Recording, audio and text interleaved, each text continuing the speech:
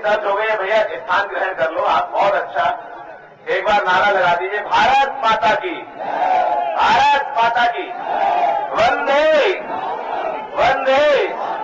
बहुत अच्छा, अब स्थान ग्रहण कर लें आप। आगे का कार्यक्रम, क्योंकि बहुत ही खुशी देर में हमारे सभी विशिष्ट लोग पधारने वाले हैं और यहाँ पर व्यवस्था ऐसी बनी रहनी चाहिए, उनको ऐसा नहीं लगे कि एक युवा मोर्चा का कार्यक्रम है, कहीं अव्यवस्थाएं हैं। आप सभी समर्पित प्रबुद्ध कार्यकर्ता हैं और आप सब जानते हैं कि व्यवस्थाएं कैसे बनानी होती है। आप सभी से अनुरोध है कि पीछे स्थान कुर्सियां जो आप है उन पर स्थान ग्रहण कर ले। उधर कुर्सियां खाली हैं, इधर से निकल जाइए, इधर से निकल जाइए, कोई बात नहीं। जहां जहां कुर्सियां खाली है, एक भी कुर्सी खाली नहीं रहनी चाहिए। हाँ, रोशन जी आइएगा, स्वागत है। अब एक क्षण पढ़ता हूं और भारत माता के साथ मां सरस्वती के चरणों में कुछ पंक्तियां रखता हूं कि मां तू हंस वाहिनी प्रदीप ज्ञानदायिनी, मां प्यारे भारत देश को तू ऐसा वरदान दे, हर घर आंगन में खुशियों के दीप जले, विश्व गुरु भारत की खोई आज बांधे। तो देवी विपदा से मां करना सुरक्षा सदा, भ्रष्ट दुष्ट पापियों को भी तू सद्ज्ञान रहे, और कवियों की कविता हो लोक कल्याणकारी, भारत की माटी को असीम स्वाभिमान दे तू, भारत की माटी को असीम स्वाभिमान दे। और एकता अखंडता का सुर चाहूं और उठे, जन गण मन की वीणा को ऐसी तान दे, सारी ये वसुंधरा ही बन जाए तीर्थ धाम, शक्ति और भक्ति का अमर दिव्यदान दे। तो सागर सधैर्य और चिंतन विशाल, मातु लक्ष्य के सधान है तो साधना संज्ञान दे, और भांति भांति के सुमन महकाए देव भूमि, राम और कृष्ण जैसे व्यक्तित्व महान दे तू, राम और कृष्ण जैसे व्यक्तित्व। बहुत अच्छा, कुछ लोगों को बात समझ में आई, कुछ को नहीं आई। जिनको समझ में आई उन्होंने ताली बजाई, जिनको नहीं आई नहीं बजाई, कोई बात नहीं। ताली बजाना इसलिए जरूरी होता है कि पड़ोसी को पता नहीं लगना चाहिए आपको समझ में नहीं आ रहा है। आप तो समझदार प्रबुद्ध लोग हैं, इसलिए उत्साह दिखाई देना चाहिए। यहाँ चारों तरफ आप देखें शहीद चित्र प्रदर्शनी लगी हुई है और पीछे की तरफ देख रहे हैं आप, वो सारे शहीदों के चित्र लगे हुए हैं। मैं बात करना चाहता हूं हिंदुस्तान की, और हिंदुस्तान को अनेकता में एकता की संस्कृति के रूप में जाना जाता है। अनेक जाति पंथ के लोग यहाँ पर रहते हैं और हम अपने देश को भारत माता कहते हैं। कश्मीर जिसका मुकुट है भारत माता का, उस पर कुछ विदेशी ताकतों ने और कुछ देशद्रोहियों ने अपनी नजर गड़ाई हुई है। आप जानते हैं कि पिछले दिनों वहां से एक व्यक्ति ने आकर दिल्ली में जिस प्रकार का एक बयान दिया और एक यहाँ की महिला ने जिस प्रकार का बयान दिया, वो कहीं का प्रतिनिधित्व कर रहे थे उन देशद्रोहियों का जो हिंदुस्तान से कहीं पहले भी हिंदुस्तान को प्रताड़ित करते रहे, हमको प्रताड़ित करते रहे हैं। मैं एक मुद्दा कहना चाहता हूं आपके सामने, क्या होना चाहिए। हिंदू मुस्लिम सिख ईसाई की बात की जाती है हमारे देश में, सच में हमारे देश में ये पूरी दुनिया में और कहीं नहीं मिलेगा जिस प्रकार का वातावरण हमारे देश में है। तब एक मुद्दा कहता हूं, आपका समर्थन चाहता हूं। हमारे बीच में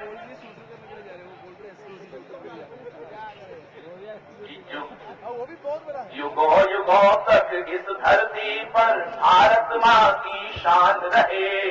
हाथ खोल के बैठिएगा, जो बात में कहना हो आपके दिलों तक पहुंचेगी।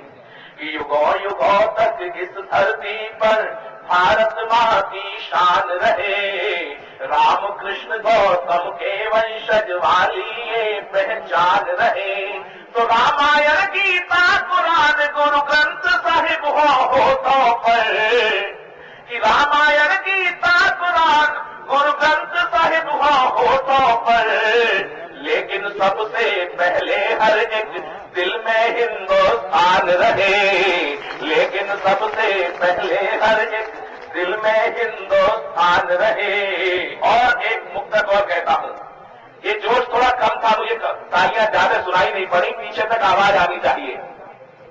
कि जुग जुग से कल कल कहता गंगा जमुना का पानी है। आदरणीय हरिता आर्य जी हमारे बीच में है और भी सभी पवन शर्मा जी, सभी वरिष्ठ लोग यहाँ पर राजनीति के आए हुए हैं। कि जुग जुग से कल कल कहता, अब ऐसे बात में आओगे तो डर लगने लगता है कभी को कि कुछ गड़बड़ तो नहीं हो गई। कि जुग जुग से कल कल कहता गंगा जमुना का पानी है। बात समझ में आए तो समर्थन कि जुग जुग से कल कल कहता गंगा जमुना का पानी है। इस धरती पर जन्म लिया बस अपनी यही कहानी है। भरत भूमि में जन्म लिया है अपनी यही कहानी है। एक सभ्यता एक संस्कृति है निजी इतिहास बताता है।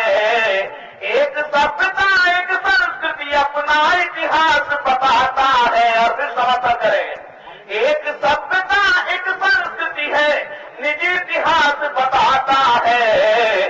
जाति पंथ सब भले अलग पर खून तो हिंदुस्तानी है। जाति पंथ सब भले अलग पर खून तो हिंदुस्तानी है।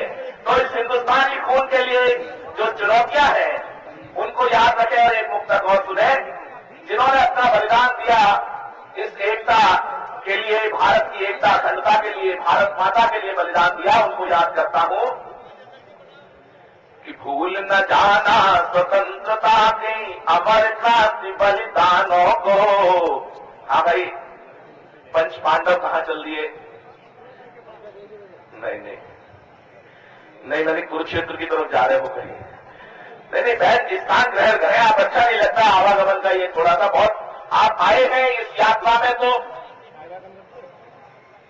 हाँ कोई बात नहीं, बाहर से आ रहे हैं धीरे धीरे लोग सब। जो बाहर मेरी आवाज जहां तक पहुंचती हो सभी से अनुरोध है कि कृपया स्थान ग्रहण कर ले अपना। यहां भरत मिलन हुआ, भरत मिलन। भैया जा रहे हो क्या आप? तो आप बैठ जाओ ना कहीं। ये अव्यवस्था वाली बात हो जाएगी, आप समझा करें जरा थोड़ा। देखिएगा, बात मैं इसलिए कह रहा, जो व्यवस्था भी बन जाए और कुछ ही देर में हमारे बीच में जो विशिष्ट लोग आ रहे हैं, जो माननीय अडवाणी जी हैं और भी लोग सभी आ रहे हैं, उनको ऐसा लगना चाहिए कि युवाओं की रैली है और युवा कितने अनुशासित और जिस यात्रा को संकल्प को लेकर यात्रा चल रही है उसमें अनुशासन का बहुत बड़ा महत्व है। तो इसलिए मैं चाहता हूं कि सभी अपने स्थान ग्रहण करके अपने स्थान पर बैठें। यहां ज्यादा घूमना फिरना नहीं रहे तो अच्छा रहेगा। मुक्ता कहता हूं, अमर शहीदों को याद क्यों करना चाहिए कि भूल न जाना स्वतंत्रता के अमर क्रांति बलिदानों को। भूल न जाना स्वतंत्रता के अमर क्रांति बलिदानों को। आजादी की लौ पर जलने वाले उन परवानों को। तो दाग गुलाबी वाला धोने खातिर झूल गए फांसी। आओ मिलकर नमन करें आजादी के दीवानों को। आओ मिलकर नमन करें आजादी के दीवानों को। आजादी के उन दीवानों को याद करने के लिए कुछ एक दो बातें आपके समक्ष रखना चाहता हूं। पिछले दिनों आपको याद होगा कि हमारा संसद भवन है, लोकतंत्र का मंदिर उसको कहा जाता है, लेकिन कुछ विदेशी ताकतों के द्वारा, पड़ोसी देश के उग्रवादी आतंकवादियों के द्वारा वहां हमला हुआ था, आपको याद होगा। और वहां पर जो साजिश रचने वाले एक व्यक्ति को फांसी की सजा मुकर्रर की गई, लेकिन आप जानते हैं आज तक वहां पर फांसी उसको नहीं दी गई है। और कुछ लोगों ने विरोध भी किया कि उसको फांसी नहीं होनी चाहिए। तो मैंने एक छंद लिखा था। तो सबसे पहले मैं उनको याद करना चाहता हूं कि जिन्होंने उग्रवादी आतंकवादियों के सामने अपने सीने अड़ा दिए और अपने सीनों पर गोलियां खाकर भी लोकतंत्र के मंदिर की रक्षा की। हमारे कवि ने लिखा था कि जिनके गरम लहू के चींटे साहस की तहरीर बने। जब देश पर मरने मिटने की बात आती है तो वो पंक्तियां मुझे याद आती है कि जिनके गरम लहू के चींटे साहस की तहरीर बने, जो जीतेगी लोकतंत्र के मंदिर की प्राचीर बने। और 8 जवानों की कुर्बानी ने भारत का मान रखा, अपनी लाशें बिछा नींव में ऊपर हिंदुस्तान रखा। अपनी लाशें बिछा नींव में ऊपर हिंदुस्तान रखा। तो जब हम अपने स्वार्थों की बात करें, हितों की बात करें, तो उन बलिदानियों को नहीं भूले जिन्होंने अपना सर्वस्व न्यौछावर कर देते हैं, जो अपने देश के लिए, अपने स्वाभिमान के लिए। तब मैं कहना चाहता हूं, एक क्षण कहना चाहता हूं कि भारत की अस्मिता को तार तार करता जो ऐसे देशद्रोही पे ना उपकार कीजिए। किसी जाति पंथ का हो, कोई भी व्यक्ति हो, जो देश के साथ में गद्दारी करे उसको क्या उसका परिणाम होना चाहिए, तब कहना चाहता हूं कि भारत की अस्मिता को तार तार करता जो ऐसे देशद्रोही पे न उपकार कीजिए, और चाहे कोई हो गुलाम चाहे कोई बादशाह गद्दार को गद्दी से तुरंत उतार दीजिए। तो संसद पे हमले के लिए जो गुनहगार फांसी उसके गले को उपहार दीजिए। और आपको बात समझ में आए तो बताइएगा, समर्थन कीजिएगा कि फांसी उसके गले को उपहार दीजिए, और उग्रवादियों को क्षमादान की जो करे बात गोली उनके भी सीने में उतार दीजिए। जी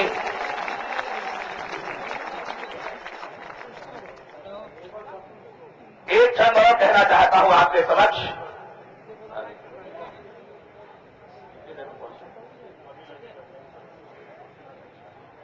बुलवाना मैं अपना समापन कर सकता हूं, तो थोड़ा सा पढ़ देता हूं बस, उसके बाद में आप बुलवाते रहना।